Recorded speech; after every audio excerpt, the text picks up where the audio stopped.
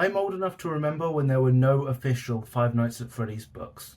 Before the release of the Silver Eyes in 2015, whenever you went on Google Play and looked up Five Nights at Freddy's and then went on books, there would be waves and waves of unofficial guides and nonsense books in all sorts of languages. Many of these books were only 5 to 10 pages long but fully priced to try and scam children, which is sickening because at the time I was the kind of person they were going after. Now, I've shown you some examples of published FNAF fanfictions in the past. Well, physical ones anyway. I mean, we don't all read physical books anymore, do we? After I got a hold of these books around half a year ago, I decided to return to Google Books and look up Five Nights at Freddy's to see what happens when you look it up today. I thought that after more than 3 dozen official Five Nights at Freddy's books, the problem of digital bootleg ebooks would be solved. But surprisingly, no.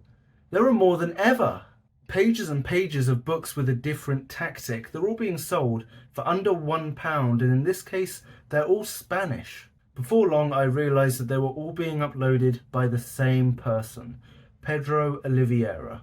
This titan has released more FNAF books in the last few years than there have been official ones since 2015. So I decided to dip into his vast library of books and buy only one, which translates to The Missing Children, Connections and Feelings, roughly. Weirdly, this is an example of one of Pedro's books which is fairly long. It's 52 pages.